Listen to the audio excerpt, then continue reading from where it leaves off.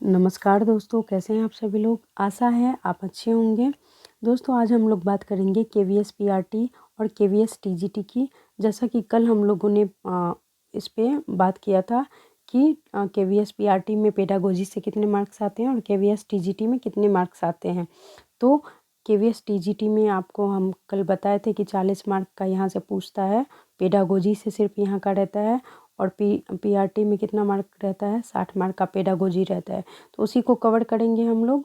और जो लोग सेल्फ स्टडी करना चाहते हैं, बहुत अच्छी बात है, वो NIOS की बुक से कर सकते हैं। और जो किसी के पास अगर कारणवश किसी के पास बुक नहीं है या बुक अवेलेबल नहीं है या समय नहीं है, तो वो हमारे यूट्यूब के माध्यम से भी कर सकते हैं, कोई दिक्कत नहीं है।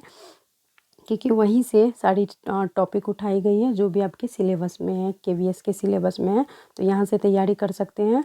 हमारे चैनल के माध्यम से जुड़े, आपको अच्छे से तैयारी कराई जाएगी और बहुत ही आसान शब्दों में तैयारी कराई जाएगी। चलिए वीडियो को स्टार्ट करते हैं। ये शिक्षण शास्त्र आप लोगों ने नाम सुना होगा, जैसे कि CDP सीटेट का आप लोग एग्ज़ाम दिए होंगे, तो उसमें भी पेडागोजी कहीं ना कहीं आती है। पेडागोजी अच्छी खासी आती है, 30 मार्क की आती है, चाहे आप पेपर 1 दीजिए या पेपर 2 दीजिए। तो शिक्षण शास्त्र कहीं ना कहीं वो वहीं से थोड़ा बहुत वहाँ का भी अगर आप कर लेते तो कहीं ना कहीं आपको 10 से 20 मार्क बेनिफिट वहाँ से भी मिल जाता है, अगर आप सीटेट पे बढ़िया पकड़ है CDP की। तो चलिए स्टार्ट करते हैं।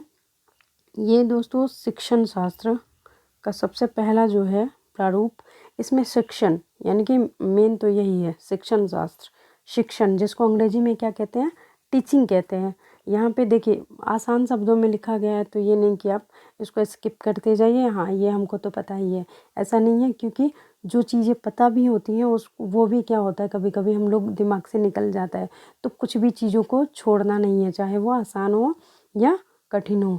हम लोगों ने पढ़ाई है CDP में कि सरल से कठिन की ओर हम लोगों का क्या होता है, पठन अगर जाता है तो वो बहुत ही अच्छा होता है। तो चलिए सरल से कठिन की ओर बढ़ते हैं। सबसे पहले शिक्षण। शिक्षण को क्या कहते हैं अंग्रेजी में, पता ही होगा आप लोगों को, टीचिंग कहते हैं। यह हिंदी रूपांतरण है किसका, अंग्रेजी शब्द के टीचिंग का हिंदी रूपांतरण है शिक्षण, जिसका अर्थ होता है सीखने से, यानी कि सीखने से इसका अर्थ होता है। अब क्वेश्चन में पूछ देगा, एग्जाम में पूछ देगा कि शिक्षण का सामान्य अर्थ क्या होता है, तो शिक्षण का सामान्य अर्थ होता है सीखने से। ये एक टॉपिक आपका है, एक मतलब पॉइंट बन गया आपका, इसको नोट कर सकते हैं आप लोग। शिक्षण एक त्रिआयामी सामाजिक प्रक्रिया है। आप लोगों ने पढ़ा होगा, जब आपने CDP पढ़ी होगी सीटेट की, तो एक जॉन डीवी का चैप्टर आता है प्रगतिशील शिक्षा। पढ़े होंगे आप लोग तो पता होगा आपको बेहतर। प्रगतिशील शिक्षा एक चैप्टर आता है, जिसमें जॉन डीवी साहब ने क्या कहा है कि जो शिक्षा होती है वो त्रिआयामी होती है। ये कई बार पूछा गया है, ये बहुत बार आया है कि ये कई दफ़ा आया है कि शिक्षण की जो प्रक्रिया होती है वो कैसी होती है। तो शिक्षण की प्रक्रिया त्रिआयामी प्रक्रिया होती है, ये त्रिध्रुवीय प्रक्रिया होती है। ये कई बार आया होगा, आपने देखा होगा। त्रिध्रुवीय, ये पूछ दिया गया कि त्रिध्रुवीय प्रक्रिया किसने दिया है, तो याद रखिएगा जॉन डीवी ने दिया है। किसने दिया है, जॉन डीवी। जॉन डीवी साहब ने दिया है कि शिक्षण एक त्रिआयामी सामाजिक प्रक्रिया है, या ये सीधे पूछ दे कि शिक्षण एक त्रिध्रुवीय प्रक्रिया है, ये किनका मत है, तो जॉन डीवी का है। और साथ ही साथ ये भी कहा है इन्होंने, स्टार्टिंग में जॉन डीवी साहब ने शिक्षण को 2 ध्रुवीय प्रक्रिया ही बतलाई थी, लेकिन उन्होंने अपने स्टेटमेंट को फिर सही किया और उन्होंने त्रिध्रुवीय प्रक्रिया बताई। अब बोलिएगा त्रिध्रुवीय प्रक्रिया क्या होती है, तो आपको एक डायग्राम दिख रहा है, एक डायग्राम दिख रहा है जैसा कि आप लोग साफ साफ देख रहे हैं। तो उसमें क्या होता है कि जो शिक्षक होते हैं वो क्या होता है, देखिए ये शिक्षक है, क्या है, सबसे पहले जो शिक्षण की जो प्रक्रिया होती है, एक तो त्रिआयामी प्रक्रिया है, यानी कि इसमें 3 चीज़ों का महत्व है। सबसे पहले इसमें शिक्षक का होना अनिवार्य है, शिक्षक हो गए तो फिर विद्यार्थी का होना अनिवार्य है, और विद्यार्थी हो गए तो पाठ्य पुस्तक का होना अनिवार्य है। यानी कि ये तीनों एक दूसरे से पूरी तरह संबंधित है। यानी कि अगर मान लीजिए इस प्रक्रिया में, शिक्षण की प्रक्रिया में, ये शिक्षक अगर गायब हो गए तो इन दोनों का कोई अस्तित्व नहीं रह जाता है। अगर इसी प्रक्रिया में मान लीजिए विद्यार्थी ही गायब हो गए, यानी कि शिक्षक हैं और पाठ्य पुस्तक है, तो वो शिक्षक पाठ्य पुस्तक का क्या करेगा? कुछ थोड़ी ना कर पाएगा। विद्यार्थी रहेगा तभी तो कुछ हो पाएगा। तो तीनों, कहने का मतलब ये है कि शिक्षक और विद्यार्थी और पाठ्य पुस्तक तीनों का संबंध क्या है? अन्योन्याश्रित है। यानी कि, और ये भी याद रखिएगा, कई दफ़ा ये पूछा गया है कि शिक्षक जो होते हैं तो वो किस चर के अंतर्गत आते हैं, तो ये स्वतंत्र चर के अंतर्गत आता है। ये आप ध्यान रखिएगा, शिक्षक किस चर के अंतर्गत आता है, तो ये याद रखिएगा स्वतंत्र चर के अंतर्गत आते हैं। और विद्यार्थी होते हैं वे आश्रित चर के अंतर्गत आते हैं, और पाठ्य पुस्तक होता है मध्यस्थ चर के अंतर्गत आता है। ये आप भली भांति जानते होंगे, सीटेट सभी निकाले तो कहीं ना कहीं उतना आइडिया होगा कि कौन सा चर किनका है। ठीक है, चलिए आगे बढ़ते हैं। नोट्स बनाते रहिएगा बाद बाकी, नहीं तो PDF चाहते हैं तो कमेंट करिएगा, मिल जाएगा आसानी से। कोई फीस नहीं लगेगी, बिल्कुल मुफ्त है। हम यही चाहते हैं कि आप लोगों का कम से कम एक जॉब लग जाए, चाहे सीटेट का ही हो या KVS का हो, क्योंकि बेरोजगारी का आलम हम बहुत अच्छे से झेल चुके हैं। चलिए आगे बढ़ते हैं। अब है शिक्षण का संकुचित अर्थ। देखिए, शिक्षण, सबसे पहले हम लोग ये जाने कि शिक्षण का सामान्य अर्थ होता है, क्या होता है? सीखना, जिसको हम लोग पेडागोजी में लर्निंग भी कहते हैं। तो शिक्षण और लर्निंग कहीं ना कहीं बहुत ही मिलता जुलता है, लेकिन थोड़ा थोड़ा के लिए अर्थ इसका चेंज हो जाता है। अब ये नहीं कि शिक्षण का अर्थ आप सीधे लर्निंग या अधिगम बता दें, नहीं, आपको जो बताया गया है उसी हिसाब से आपको आंसर बताना है, ना कि अपने मन से कुछ डाल दीजिएगा। देखिए यहाँ पे शिक्षण का संकुचित अर्थ निकला है। संकुचित मतलब संक्षिप्त अर्थ निकला है। छोटा अर्थ क्या है? यानी कि सामान्य अर्थ जो बोले थे सीखना, तो शिक्षण का संकुचित अर्थ होता है ऐसा शिक्षण जो निश्चित समय तथा निश्चित स्थान से प्रदान किया जाता है। यानी संकुचित अर्थ के अंतर्गत ऐसा शिक्षण होता है, यानी ऐसी लर्निंग होती है जो निश्चित समय में दी जाती है। जैसे कि विद्यालय में हम लोग जैसे पढ़े थे, तो हम लोगों ने क्या किया था, यानी कि 10 बजे से 4 बजे तक का विद्यालय होता था, उसमें निश्चित समय और निश्चित स्थान भी उसमें दिया जाता था। उसी में आपको सीखना है, पढ़ना है 10 से 4 बजे के अंदर। ये नहीं कि आप 5 बजे आ जाए या 6 बजे आए, ऐसा नहीं होता था। यानी कि एक निश्चित समय जो तय किया जाता था, उसी के अंतर्गत आपको लर्निंग सिखाई जाती थी, जो भी आप क्लास लेते थे। तो वही है शिक्षण का संकुचित अर्थ, कहीं ना कहीं वही होता है। और शिक्षण का व्यापक अर्थ भी होता है, जो कि हम लोगों ने पढ़ा है कि शिक्षण एक व्यापक अर्थ मतलब विस्तृत अर्थ है ना। व्यापक मतलब विस्तृत अर्थ, यानी कि बहुत बड़ा अर्थ। तो शिक्षण का विस्तृत अर्थ जो होता है कि ऐसा शिक्षण जो मनुष्य के जीवन में निरंतर चल सके, जिसके अंतर्गत उसको औपचारिक और अनौपचारिक दोनों प्रकार से जीवन भर बालक सीखता है। यानी ऐसा शिक्षण जो मनुष्य के जीवन में निरंतर चले, जिसके अंतर्गत औपचारिक और अनौपचारिक दोनों प्रकार से बालक जीवन भर सीखता है। यहाँ पे औपचारिक और अनौपचारिक शब्द का प्रयोग किया गया है। यानी कि अनौपचारिक और औपचारिक आप लोग भली भांति जानते होंगे, जो कि निश्चित समय में और निश्चित स्थान पे दिया जाता है। जैसे अनौपचारिक औपचारिक में, देखिए औपचारिक में क्या दिया जाता है, जैसे हम लोगों के फैमिली में कुछ मतलब फैमिली में जैसे मम्मी पापा या कुछ ब्रदर सिस्टर जो भी होते हैं, हमें कुछ बता देते हैं, तो वो क्या होता है, औपचारिक भूमिका निभाते हैं, अपनी औपचारिक शिक्षा देते हैं। यानी कि जब हम लोग बच्चों को प्रारंभ में स्कूल भेजते हैं, तो कुछ ना कुछ उसको पहले से घर से बता के भेजा जाता है। यानी कि उसमें थोड़ा सा भाषा का ज्ञान भी होता है, थोड़ा बहुत कुछ हम लोग बता देते हैं। यानी कि जो घर से सीखते हैं, बिना पैसे का खर्च, जो मतलब जिसमें पैसे धन व्यय नहीं होता है, तो वो औपचारिक शिक्षण होता है। और अनौपचारिक यानी वहाँ पे आपका धन भी खर्च हो रहा है, आपका समय भी खर्च हो रहा है, और साथ ही साथ उसका एक समय तय है और समय के साथ साथ स्थान भी तय है, तो वो हो गया अनौपचारिक शिक्षण।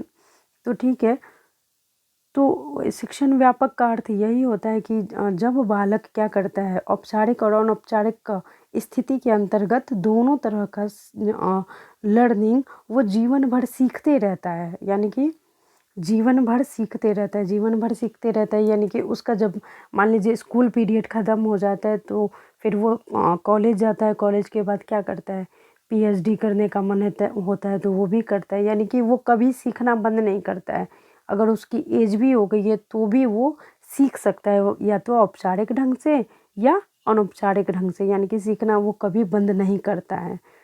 यहाँ पे दिया हुआ है कि मनुष्य जीवन में निरंतर चल सके, यानी कि निरंतर चलने वाली प्रक्रिया है अधिगम, लर्निंग। तो वही कहीं ना कहीं शिक्षण का व्यापक अर्थ अधिगम से ही है। समझ गए? अधिगम आप लोगों ने पढ़ा होगा, अधिगम मतलब लर्निंग होता है।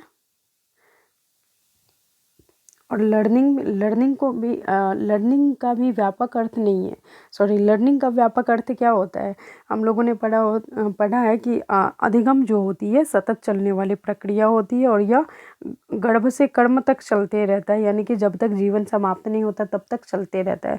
तो कहीं ना कहीं ये वही है शिक्षण का व्यापक अर्थ। यहाँ डायग्राम देख रहे हैं कि शिक्षण का संकुचित अर्थ क्या होता है। ये संकुचित अर्थ निश्चित समय और निश्चित स्थान, और ये व्यापक अर्थ में निरंतर चलने वाली प्रक्रिया होती है। आप लोगों ने इतना जाना, चलिए आगे बढ़ते हैं।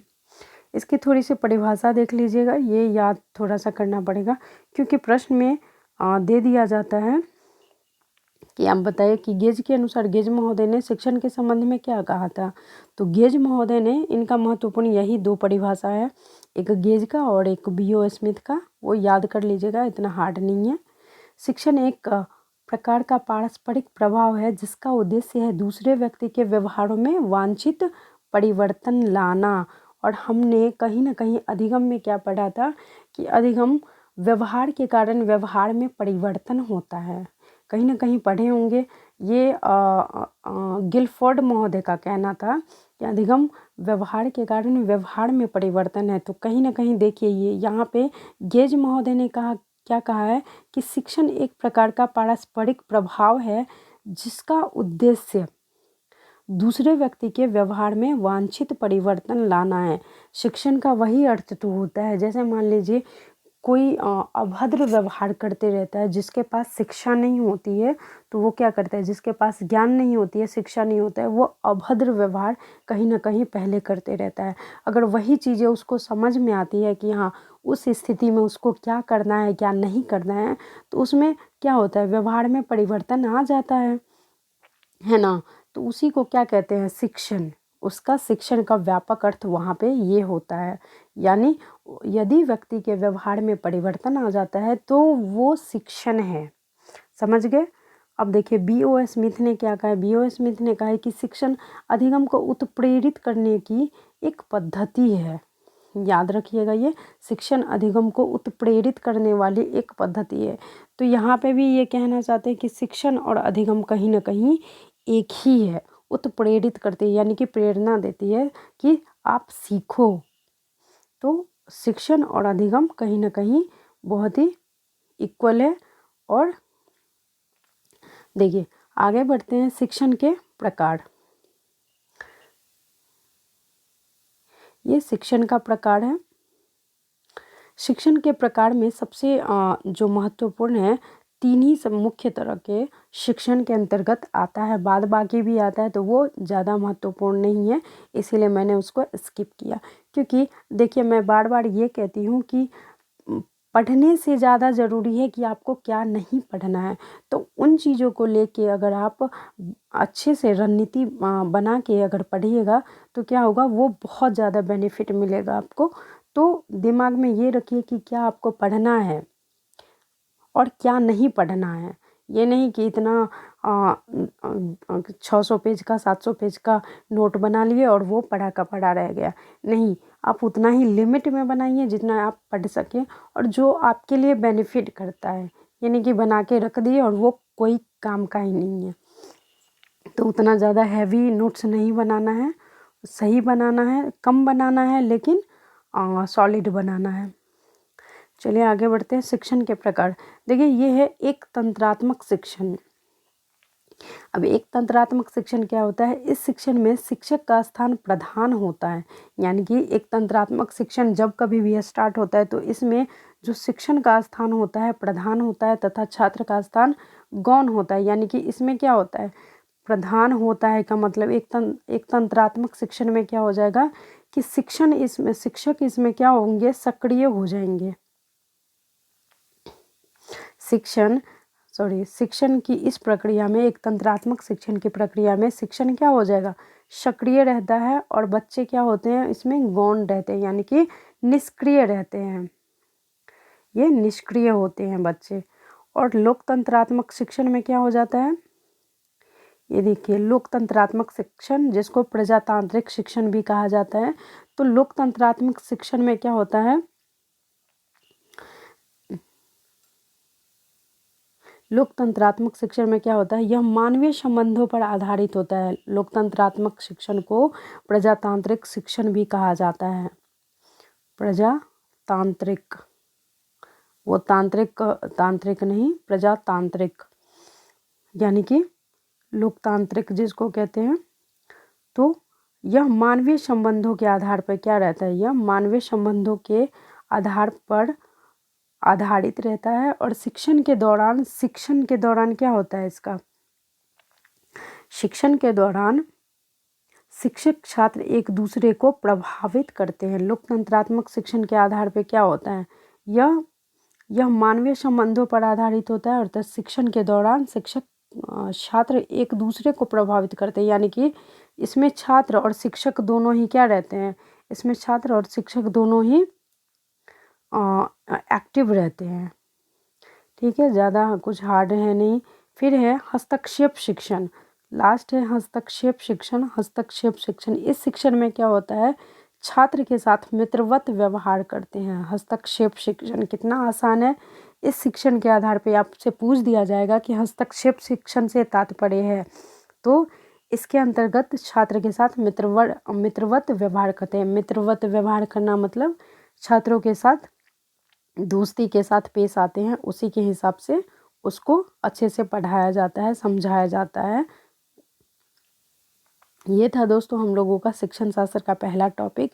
इसमें कुछ और भी चीज़ें हैं, तो उसको हम लोग आगे पढ़ेंगे अगले वीडियो में। वीडियो बहुत ज़्यादा लंबा हो जाता है तो थोड़ा हमें भी दिक्कत हो जाता है, और थोड़ा सा टाइम का भी अभाव है। इसी वजह से मैं ये वीडियो रात में बनाती हूँ, और टाइम निकाल के जैसे तैसे, कि आपको भी बेनिफिट मिले, किसी भी तरह से बेनिफिट मिले, आप लोगों का जॉब हो जाए, हम यही चाहते हैं। चलिए, धन्यवाद। मिलते हैं अगले वीडियो में।